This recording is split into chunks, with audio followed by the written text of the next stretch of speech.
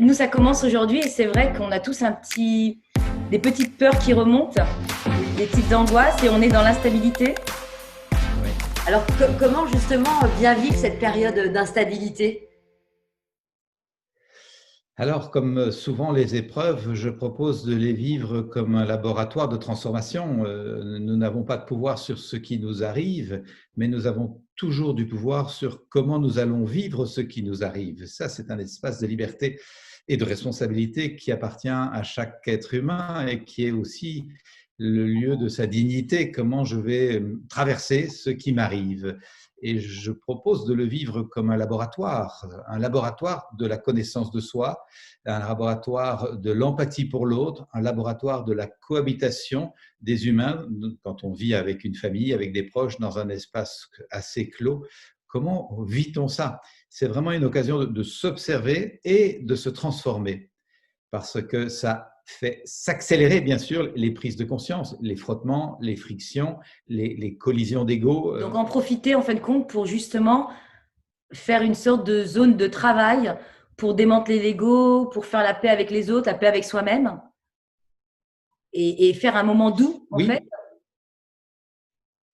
ah, bien sûr, essayer, malgré la rudesse de cette contrainte, d'arriver à en faire un moment doux et un moment d'exploration de soi. Nous pouvons nous regarder vraiment comme un observateur de fourmis dans un microscope. Nous pouvons nous regarder de façon beaucoup plus fine. Nous avons plus de temps, moins de déplacements, bien sûr, et donc plus l'occasion d'être focalisé sur nos fonctionnements, nos habitudes et derrière cela, les blessures qui souvent télécommandent nos attitudes. Nous sommes souvent en action-réaction par rapport à des blessures anciennes et ça entretient beaucoup de divisions, de tensions, de rapports de force. Ce sont des programmations. Nous pouvons vraiment transformer profondément ça. C'est un des enjeux que j'explore dans mon dernier livre. Nous sommes programmés notamment dans des rapports de force, des rapports de domination, soumission, argumentation et donc une sorte d'addiction à l'affrontement. Nous aimons bien nous affronter. C'est surprenant, mais c'est comme ça. Et c'est l'occasion justement d'aller travailler des rapports de collaboration, d'empathie, de remise en question de sa posture à soi et donc d'écoute de l'autre. Et ça s'apprend. Parce que écouter, figurez-vous que écouter, c'est la fermer Eh oui, oui. pour être avec l'autre. Écouter, c'est pas intervenir, c'est pas consoler, ça n'est pas conseiller, c'est pas dire tu devrais, il est temps que tu, ou à ta place je, ou de mon temps moi j'aurais, ou regarde comment moi je fais. Ça, c'est pas de l'écoute. Écouter, c'est vraiment la fermer pour être avec l'autre et laisser l'autre arriver au bout de sa phrase. Nous voulons du respect pour nous-mêmes et que nous puissions nous arriver au bout de nos phrases, mais le minimum, c'est d'accorder la même chose à l'autre et de laisser l'autre arriver au bout de sa phrase. Et ça reste extrêmement rare. Même dans les couples où on croit qu'on s'aime et même dans les familles où on croit qu'on s'aime, l'écoute manque cruellement. Et beaucoup de gens souffrent aujourd'hui du manque d'écoute. Et inévitablement, la non-écoute mène, ou la mal-écoute mène au malentendu. Et le malentendu mène vite au conflit. Et nous avons donc là une clé majeure entre nos mains. Évitons les malentendus. Écoutons-nous bien. Et ça s'apprend. Et voilà une belle occasion d'apprendre ça. Le premier humain que nous pouvons écouter avec attention, avec bienveillance, avec discernement, avec finesse et profondeur pour aller voir ce que nous voulons vraiment vivre derrière la surface qui est souvent très agitée, eh bien c'est nous. Et ça, c'est vraiment une occasion que nous avons aujourd'hui de prendre du temps pour nous. Alors justement, on en revient, c'est intéressant parce que on en revient à une des thématiques de votre premier livre qui a 20 ans d'ailleurs aujourd'hui. Nous, c'est une Bible hein, pour nous. Oui. Cessons d'être gentils, soyons vrais. Et vous parlez d'une chose très importante qui est la chaise du discernement. Ça veut dire que oui, s'écouter soi, mais comment à un moment donné, nous, on parle surtout aux femmes de plus de 45 ans. Donc on a vraiment ce disque dur en nous, on est formaté. Comment à un moment donné, on profite de ce moment-là pour se dire, je vais prendre ce temps-là pour m'observer, prendre le recul et m'écouter. Comment on le fait? Comment on commence? Ce n'est jamais trop tard. J'ai des personnes qui viennent en stage à 70, 75, même 80 ans. C'est surprenant, des gens qui continuent d'être curieux du vivant en eux ou en elles et qui veulent l'affiner, l'améliorer, l'approfondir. Et je crois que c'est vraiment extrêmement précieux par les temps qui courent aujourd'hui et qui je crois, vont être assez inconfortables pour être léger dans le commentaire. Je pense que c'est vraiment urgent que de savoir s'observer, se remettre en question, se transformer et rester quelqu'un qui est centré et qui n'est donc pas submergé par des parties de lui ou d'elle, submergé par ma peur, submergé par ma colère, submergé par mes doutes. Nous avons besoin de pouvoir sentir que j'observe mes doutes, mais je ne suis pas que doute. J'observe ma peur, mais je ne suis pas que peur. J'observe ma colère et j'écoute sa puissance et sa force, mais je ne suis pas que colère. Pour rester un être qui est centré et qui arrive à traverser les turbulences avec un bon ancrage, comme un bateau a une bonne quille pour traverser la tempête.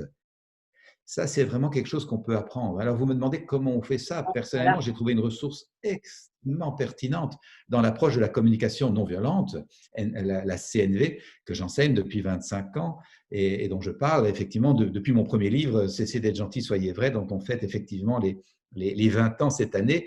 Eh bien, je donne des clés d'écoute de soi, d'empathie pour le premier humain dont nous avons la charge et qui est nous. Et l'énorme bénéfice, c'est d'apporter plus de paix à cet humain-là d'abord, avec un bénéfice collatéral, c'est que je développe des clés de l'humain dedans et parallèlement, ça me donne des clés pour comprendre l'humain devant. Mhm. Je développe de l'empathie pour moi, ça me donne des clés d'empathie pour l'autre. Je sais écouter ma colère et bien la comprendre et utiliser sa puissance de façon constructive et fédératrice.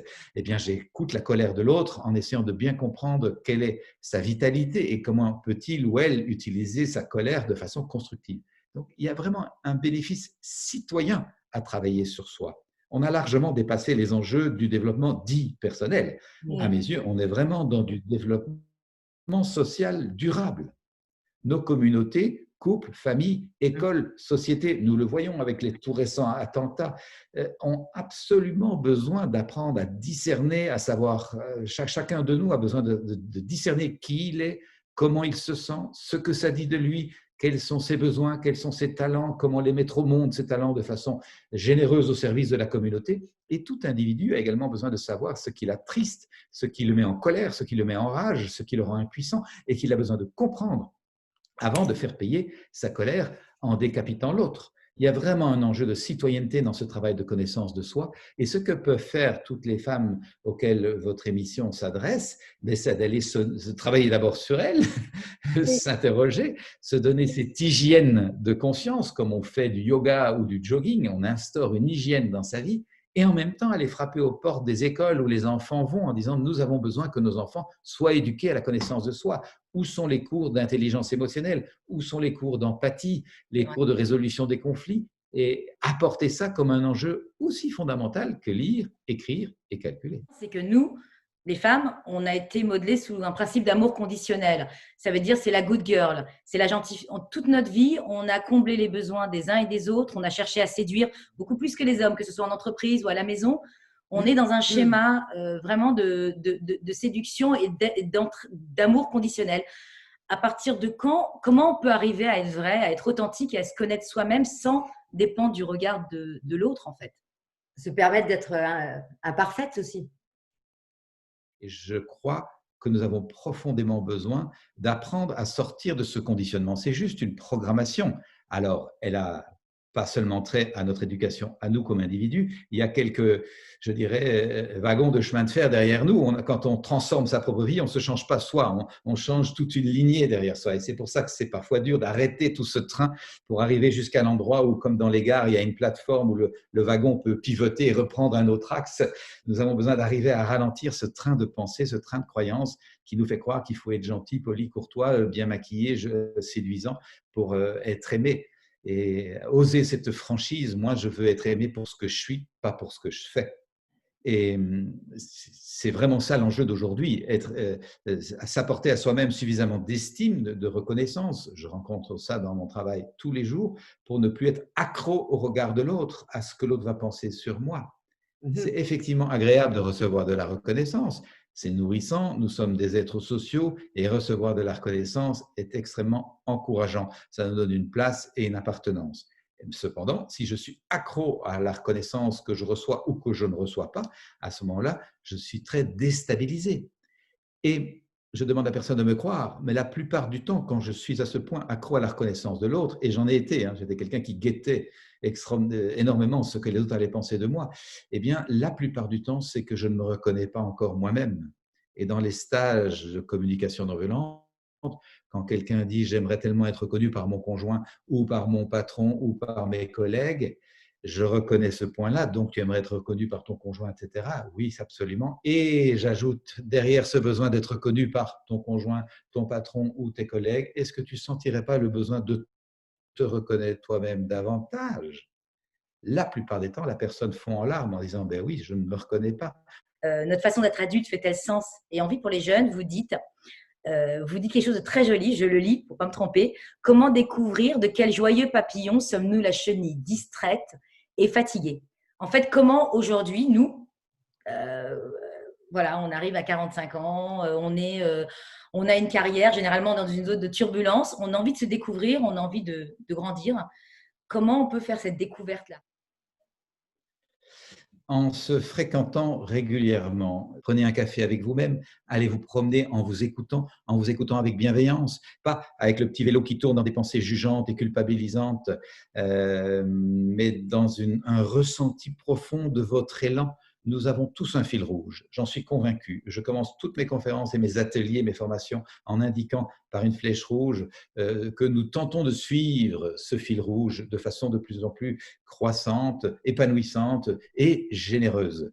Et cependant, nos systèmes éducatifs nous en éloignent. Et j'ai, à côté de cette flèche qui est en expansion, je dessine une flèche qui s'enroule sur elle-même et qui témoigne que nous pouvons entrer dans des enfermements, dans des systèmes de pensée qui nous bloquent, des croyances négatives, des automatismes qui ne sont plus remis en question.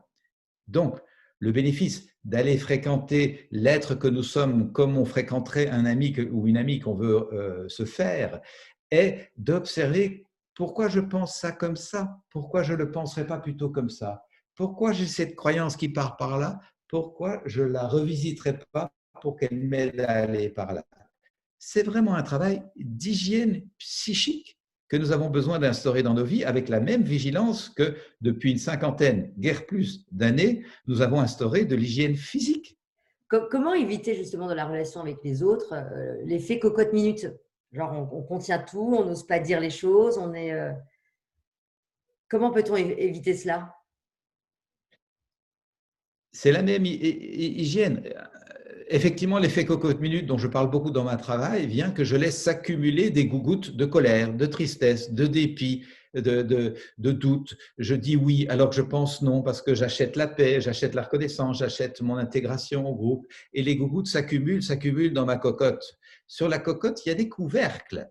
Le couvercle familial d'abord. On a entendu « je ne t'aime pas quand tu es en colère ». Bon, je t'aime à colère. À l'école, on a dit « on n'a pas le droit d'être en colère ». Hop, je te remets un couvercle scolaire. Et puis, parfois dans les religions, on dit « ce n'est pas bien la colère ». Recouvercle. Au travail ou de façon sociale dans la société, on comprend bien qu'être en colère ou être triste, ce n'est pas très admis. Donc, on fait semblant. Beaucoup de couvercles sur la cocotte qui n'est pas statique. Et tôt ou tard, pouf, ça pète. La violence s'explique comme ça la plupart du temps. Je n'ai pas trouvé les mots pour nommer mes frustrations et mes besoins et mettre en place de façon délibérée et consciente un soin de mes besoins en manque ou en creux. Eh bien, ça explose ou ça implose. Les couvercles sont trop figés, trop soudés par la fatigue, le ras-le-bol ou parfois des traumatismes, bien sûr. Et donc, la cocotte implose dans la maladie, dans la dépression ou dans le burn-out. Pour éviter ça, nous avons besoin de nous asseoir dans la fameuse chaise du discernement dont vous avez déjà parlé. Je m'assois avec moi-même pour me donner une douche psychique. J'écoute toutes les parties de moi. J'écoute mes joies, mes enthousiasmes, j'écoute ce que ça dit de moi parce qu'ils sont des moteurs extrêmement précieux pour aller de l'avant et traverser les difficultés. Donc, je saisis l'occasion des moments joyeux, tendres, doux pour honorer ça et bien savoir ce que ça dit de moi pour sentir que ma boussole s'oriente par là. Et en même temps, j'écoute avec vigilance ma tristesse, ma colère, mon dépit. Je ne mets pas la trappe par-dessus pour dire ça va s'arranger et puis c'est pas si grave. Non, colère parce que je ne me sens pas écouté par mon patron. Je vais passer 1000 ans à espérer être écouté. Eh bien non. Je vais frapper à sa porte en disant « Patron, j'ai quelque chose à vous dire, j'aimerais que vous m'accordiez un quart d'heure ou 10 minutes. » Et je prends mon besoin en main. Si je ne suis pas reconnu par mon conjoint, je vais attendre 1000 ans que mon besoin de reconnaissance soit nourri. Non, je discute avec mon conjoint en disant « j'aimerais te partager quelque chose, as-tu 10 minutes pour m'écouter? Ça me tient fort à cœur, ça n'est pas contre toi, c'est pour nous deux parce que je tiens à nous deux. Et je suis un peu en colère parce que j'aimerais un peu de reconnaissance pour ma part de travail, par exemple. » Et j'exprime ce qui se passe en moi. Nommer ce qui se passe en nous, c'est à moitié le guérir. Puis ça le rend visible à l'autre. Et sinon, on croit que tout va bien. Et nous pouvons apprendre à faire des colères non violentes. La non-violence, ce n'est pas la non-colère, hein, ni la non-rigueur, ni la non-vigueur. Nous pouvons être très, très vigoureux et non violents. Et donc, comment on peut retrouver, là, on va être confiné pendant un mois, comment on peut retrouver cet élan d'enfant? Comment on peut quand même faire les choses dans une certaine légèreté sans être plombé par on vit quelque chose de sérieux, c'est vrai. On peut faire avec légèreté des choses sérieuses. On peut mettre son masque en gardant un cœur d'enfant. On peut respecter les distances qui sont demandées en ayant de la fantaisie dans son être. Et là, de nouveau, vous voyez que ce n'est pas bisounours de garder la joie en soi. C'est du boulot, ça demande une vigilance, une attention. C'est tellement facile de se laisser aller complètement à la déliquescence et de vivre la tragédie sur le ton du tragique. C'est de nouveau une programmation dont je parle dans mon dernier livre. Le goût du drame. Nous savons nous plaindre de ce qui ne va pas, nous lamenter sur ce que nous avons subi, revenir sur le passé des dizaines de fois et nous ne savons pas regarder ce qu'il y a. Il y a des centaines d'occasions de se réjouir, simplement si on est un peu conscient, un peu discernant et qu'on lâche les œillères qui ne nous font voir que ce qui ne va pas, que ce qui ne va plus, ce que j'appelle dans mon travail la culture du malheur qui peut aller friser avec le culte du malheur. Le goût du drame, j'en rajoute une couche. De même que dans nos relations, avec mon conjoint, on se chamaille, eh bien, je rajoute une petite flèche percutante pour agacer l'autre. Ou avec mon ado, au lieu de prendre le temps de dire « on n'est pas d'accord, asseyons et je t'écoute. Et j'écoute ta position. Je souhaite du respect pour ma position, mais le minimum, de nouveau, on l'a évoqué tout à l'heure, c'est que j'en ai pour la tienne. Et donc, je te laisse aller jusqu'au bout de ta phrase, même si je ne suis pas d'accord du tout avec ce que tu es en train de dire. Ça demande une hygiène. Rien de bisounours là-dessus. J'étais pas comme ça, vous savez. J'étais un avocat qui argumentait pour avoir raison et j'exportais le modèle dans mes relations amoureuses et amicales. J'étais pétri de conditionnement, guerrier, rapport de force, culture du malheur. Je renchéris pour que ce soit encore plus, que la relation soit encore plus bousillée. Je faisais ça. Mais mon Dieu, qu'est-ce que j'en ai souffert. Nous pouvons apprendre à vivre tout autrement, dans des rapports de compassion, de bienveillance, d'intérêt, où effectivement nous avons besoin de comprendre la mécanique de l'ego qui peut vraiment nous submerger et nous bousiller la vie. Comment faire pour avoir une bonne estime de nous, en nous? Ça se jardine. La première étape, c'est celle que vous nommez.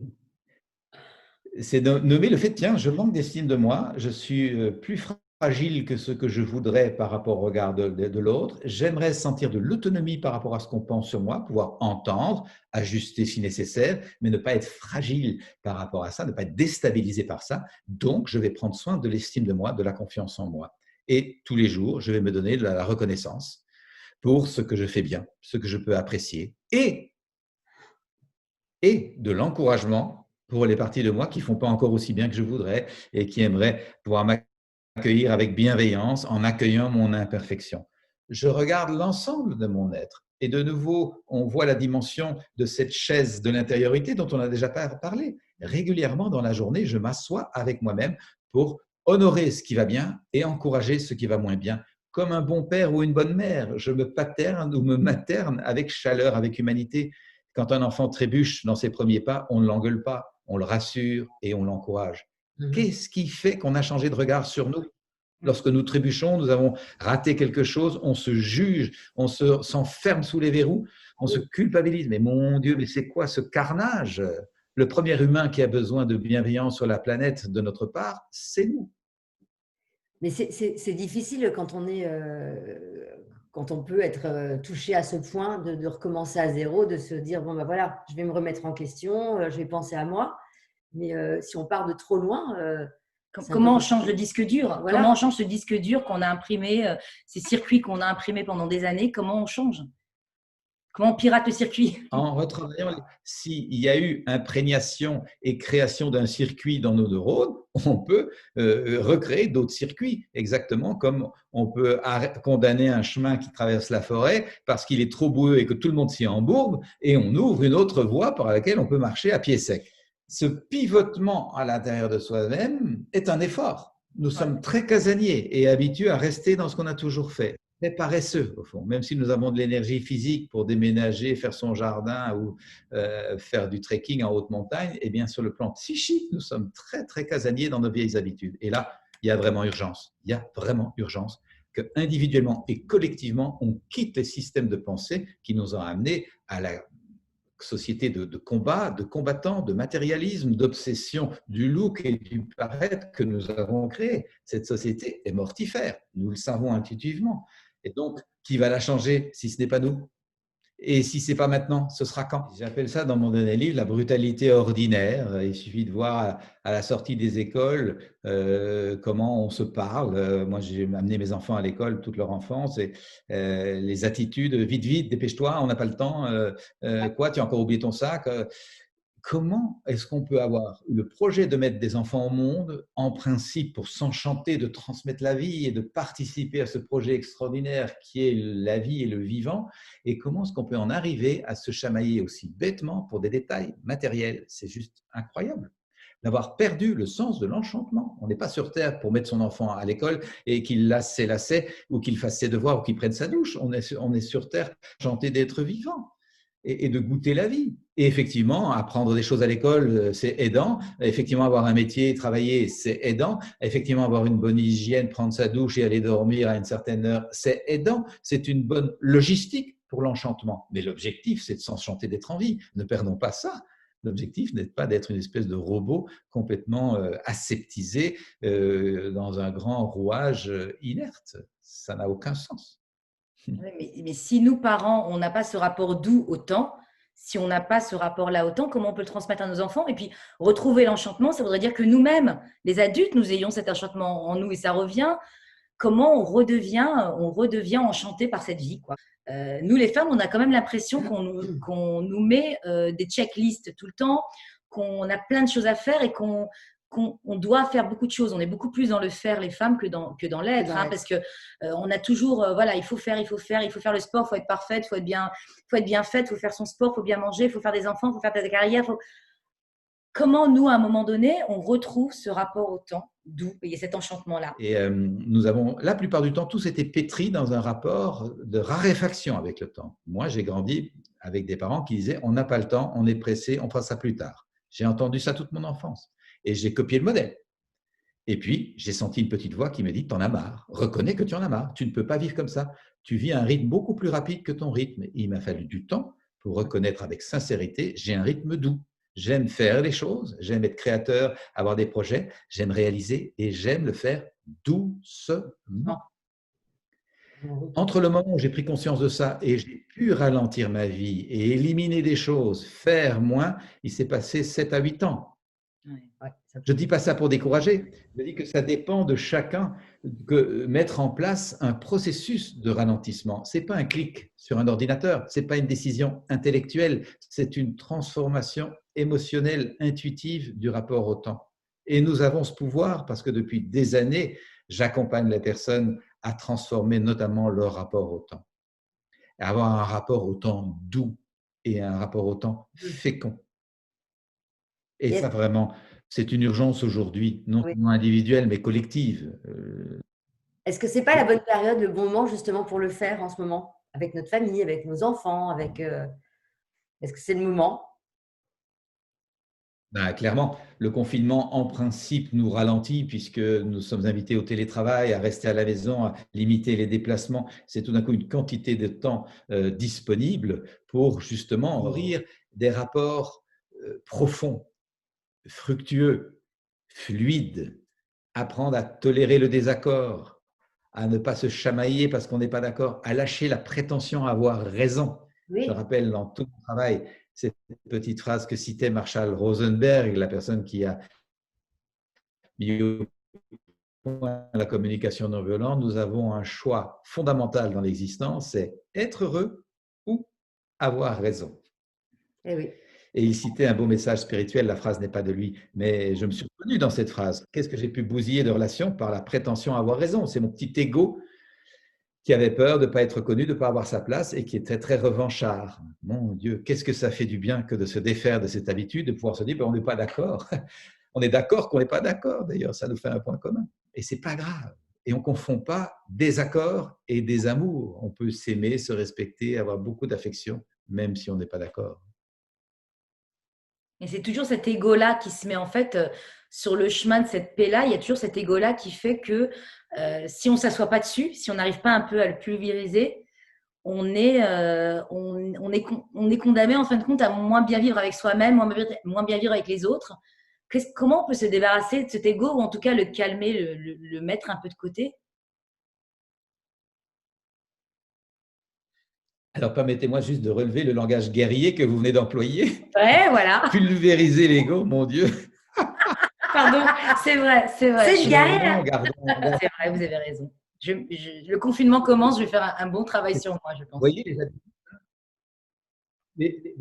Voilà, juste une habitude, je n'emploie plus de langage guerrier. Et donc, quand j'en ai un qui me vient à l'esprit, je l'observe et je le transforme. Et manifestement, vous voulez dire comment est-ce qu'on apprivoise l'ego, qu'il ne prenne pas toute la place et qu'il reste coucouche panier à sa place. Alors, ça devient de la bienveillance. L'ego est une partie de moi qui me donne sans doute ma couleur, ma propriété particulière dans le grand concert. Et bon, je le remercie, mais je lui demande de rester à sa place et de ne pas m'empêcher d'être dans l'être. Hein, souvent, on propose de quitter l'ego pour aller vers l'être, mais certainement pas d'avoir un rapport violent avec cette partie de nous. Non. Oui, mais ce serait tellement pratique ce serait tellement pratique, en fait, non? Si on pouvait quand même, un petit peu. Ben, si, on peut apprendre à l'observer. Tout le travail de connaissance psychospirituelle consiste à observer son ego pour lui demander de garder sa place et de se réduire le plus possible tranquillement. Et effectivement, plus nous grandissons en discernement, en conscience, en responsabilité intérieure profonde, moins l'ego nous entache et nous empêche. C'est vraiment un jardinage que de faire pousser l'être en moi et de sentir que l'ego se retire parce qu'il n'y a plus tellement de place pour lui finalement. Petit à petit, Ouais. petit à petit, ça c'est vraiment de nous intégrer la notion du temps là-dedans et le temps allié, le temps ami. Non, moi j'avais une question à poser justement par rapport à l'ego, par rapport à ce qu'on vit en ce moment. On est dans une décennie d'images où on se prend en selfie, où on est tout le temps à se regarder un petit peu le nombril. Ça traduit quoi? Si par exemple on poste beaucoup de choses sur le net concernant notre image, ça traduit quoi? Alors, je pense que vous avez la réponse. Nous avons trouvé nos talents, nous savons comment les mettre au monde, nous les partageons joyeusement, nous avons créé des liens profonds, nous savons comment les réparer s'ils se sont abîmés, nous sommes habités d'un feu sacré qui rayonne autour de nous. Est-ce que vous pensez que nous allons nous prendre en selfie toute la journée pour avoir des likes sur un écran par des gens que nous ne connaissons même pas? Ouais. Je ne pense pas. Non. Et je pense donc que cette attitude de quêter une satisfaction extérieure est le fruit et l'expression d'une grande insatisfaction intérieure. Et que donc c'est insatiable parce que ce n'est pas par l'extérieur que nous allons prendre soin de l'intérieur. Ouais, ouais. Et que donc nous avons besoin de faire un travail de pacification, de reconnaissance de nous-mêmes et de fréquentation de ce qui nous apporte de plus en plus de plénitude pour être quelqu'un qui déborde de plénitude et non pas qui compense son vide.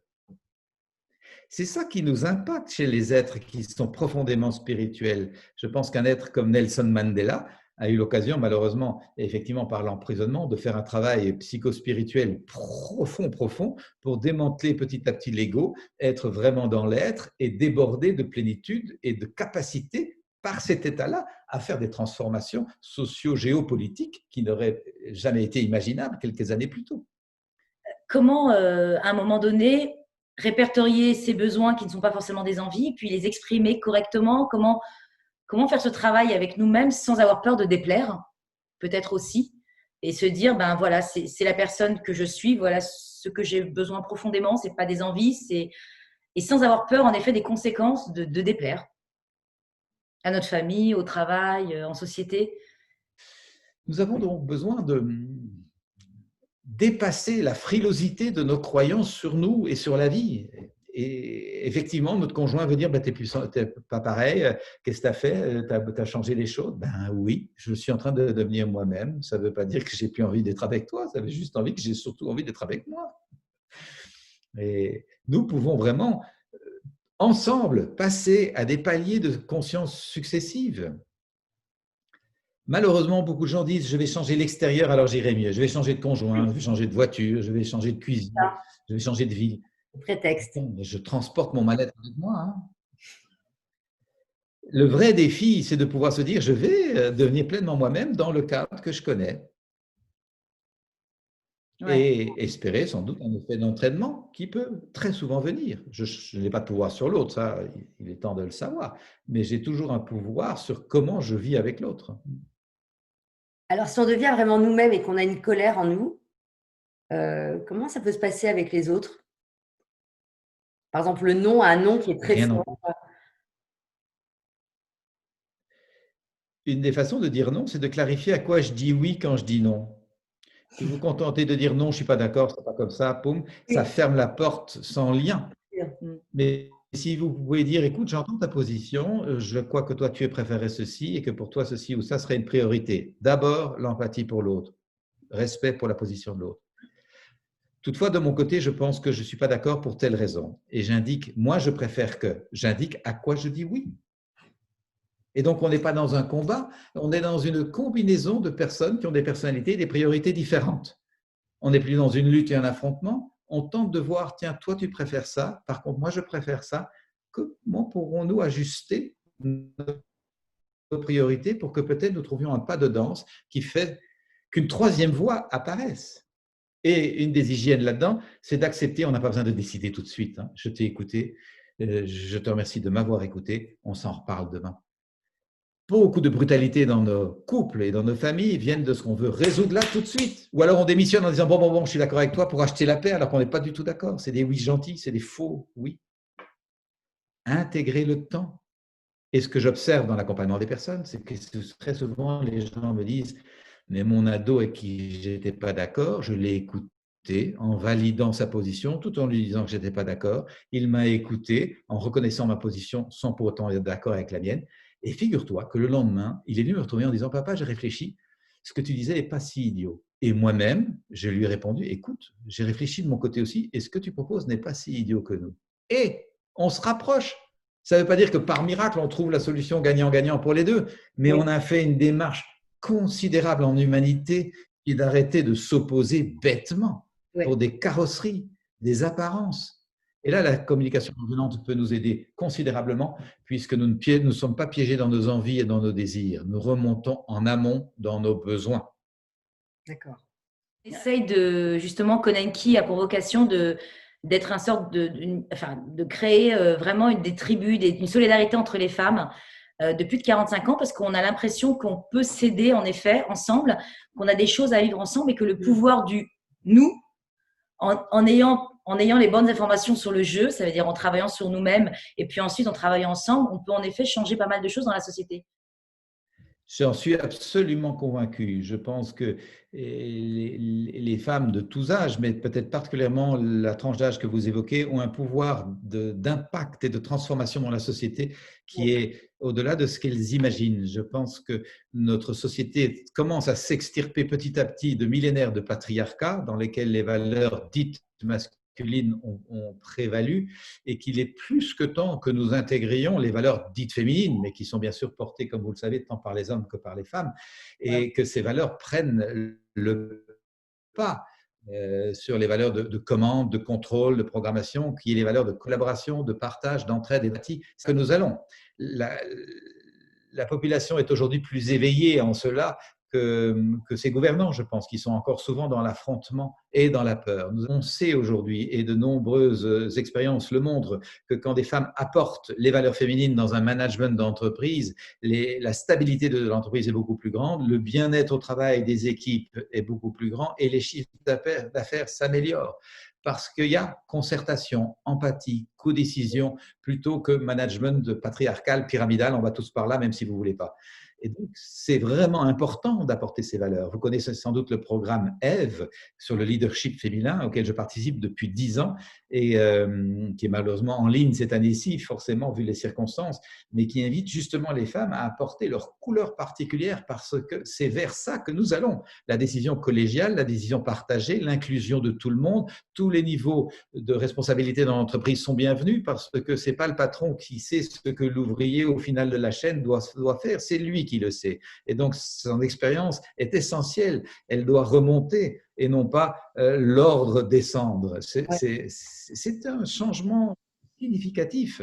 La pyramide qui a pu fonctionner un temps est à bout de souffle. Et on va passer à… Vous connaissez les enjeux de… ce qu'on appelle la hiérarchie plate ou l'entreprise libérée. Je pense qu'on est encore en période de transition par rapport à ça, mais c'est en train d'être très fécond, cette façon d'apporter un autre rapport à la décision et au management. Et là-dedans, vraiment, les femmes le féminin a toute sa place. Vraiment. Merci. Merci Thomas, merci beaucoup. Avec plaisir, merci de m'inviter, merci de l'ouverture que vous donnez à mon travail, à ce potentiel qui est en chacun de nous et pour lequel j'espère pouvoir contribuer à donner des outils pratico-pratiques. Le documentaire qui est sorti sur l'anniversaire de Cessez d'être gentil et qui montre notamment comment retrouver la joie. J'ai cette confiance, vous l'avez vu, que nous avons un immense potentiel de joie. Il est obscurci par des habitudes et des systèmes de pensée. Nous avons besoin de démanteler ça pour retrouver ce fil de la joie. Et le documentaire sur Cessez d'être gentil évoque ce potentiel qui est en nous et dont nous avons grandement besoin, je pense, par les temps. Ah oui, surtout là. Merci beaucoup. Merci infiniment. Merci pour toutes les femmes. Ouais, et en cette période de confinement, c'est fantastique. De commencer le confinement avec vous, c'est fantastique. Merci Eva. Merci à bientôt. Beaucoup. À plus tard. Au revoir. Merci. Joyeuse Toussaint. Vous aussi. Au revoir.